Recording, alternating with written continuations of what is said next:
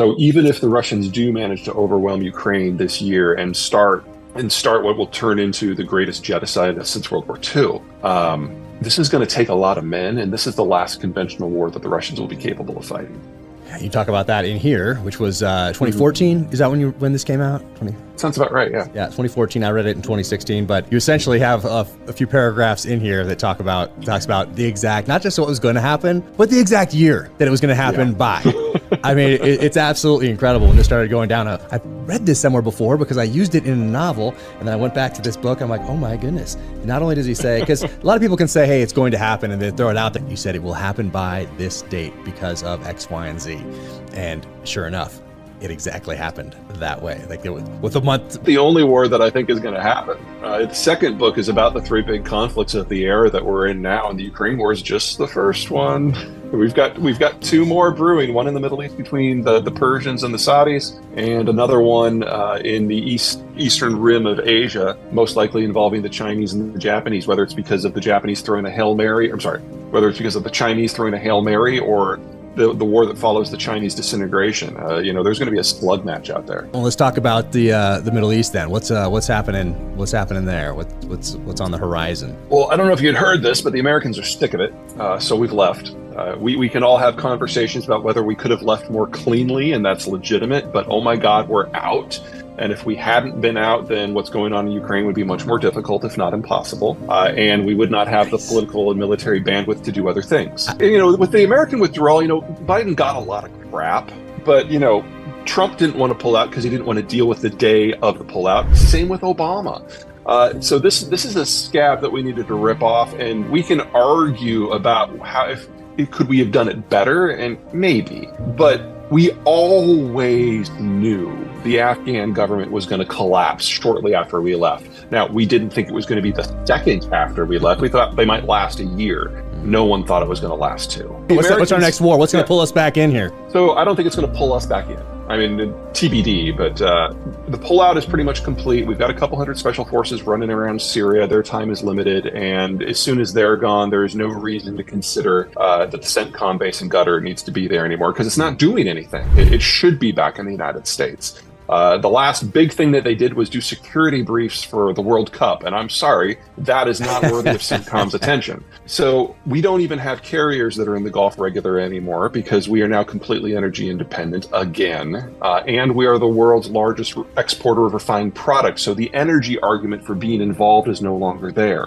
In this sort of environment, the Iranians have done wonders in leveraging the American position to rile up sectarian groups throughout the region to overthrow governments and cause general chaos. That has generated an ongoing backlash, with the Saudis now in the fray because they realize the Americans aren't going to fight their wars for them. But whereas the Iranians ultimately want to use these minority groups to get control, the Saudis don't care about what it looks like so long as the Iranians lose. So they have been willing to use terror groups and militant groups to just burn down everything to its foundation. You get two groups, one that wants to overthrow the majority, and then one that counts itself as the representative to the majority, just wants to destroy everything.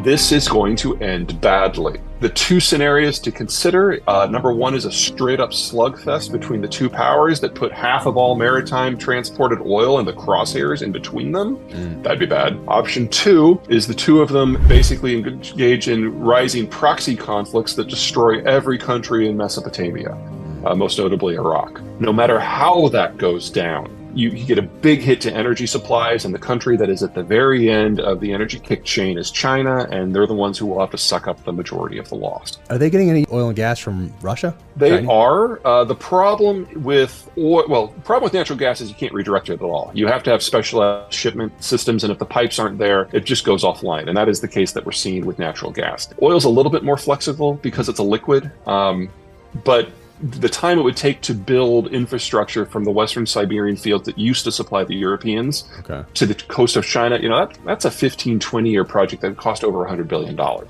We're talking China, we're talking Russia. These are countries not intimidated by the concept of scale, but you don't do that fast. Yeah. So what we're seeing is tankers taking crude from the Baltic and the Black Sea ports, going west at some point either in the Atlantic or the Mediterranean, taking these small shuttle tankers and reloading them onto super tankers, and then sailing around Africa and India and Vietnam to get to China. And the volume that is going that way is about 1 million, maybe 1.5 million barrels a day, with another roughly 1 million going to India. Okay. A couple problems here. Number one is insurance, and don't get bored. This will be quick and it's interesting. Every reinsurance company in the world has said they will no longer cover any Russian cargo. So the only companies that will insure it are state companies from India and China who have never insured anything before. And so the first time we have an incident where we have an insurance payout, it's going to go directly into international arbitration, and that will take years. And at that point, no one will want to get an Indian or Chinese insurance policy anymore. Wow.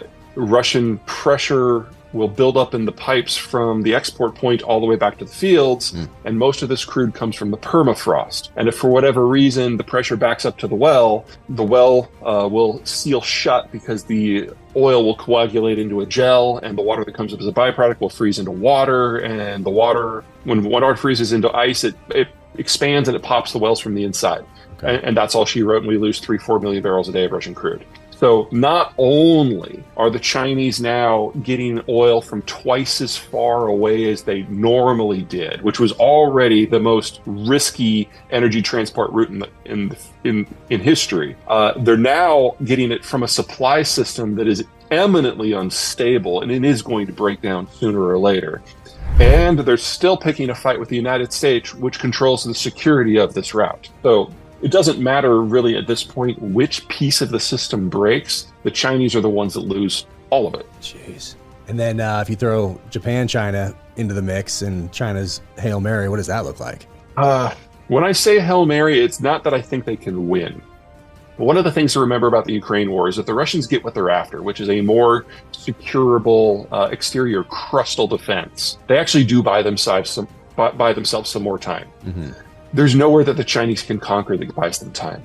So the only reason that the Chinese would launch a war is to try to preemptively remove Japan and Taiwan from the equation, maybe Vietnam too, or if they're like me and they believe that they're facing economic and agricultural and financial and political and demographic breakdown, and they know that the end is nigh anyway. Picking the time and the place of the fight so that at home you can write the narrative of the national defeat, that might be enough for the CCP to retain control as the country collapses. Wow. Maybe. So, basically fight a war, and for the low price of 500 million dead countrymen, you're still in charge. What surprised you over the last year? Ukraine. Yeah? It surprised you? There's something that surprised you? That it went... What surprised you about it? That they're still there. I mean, I was probably among the most optimistic people for the Ukrainians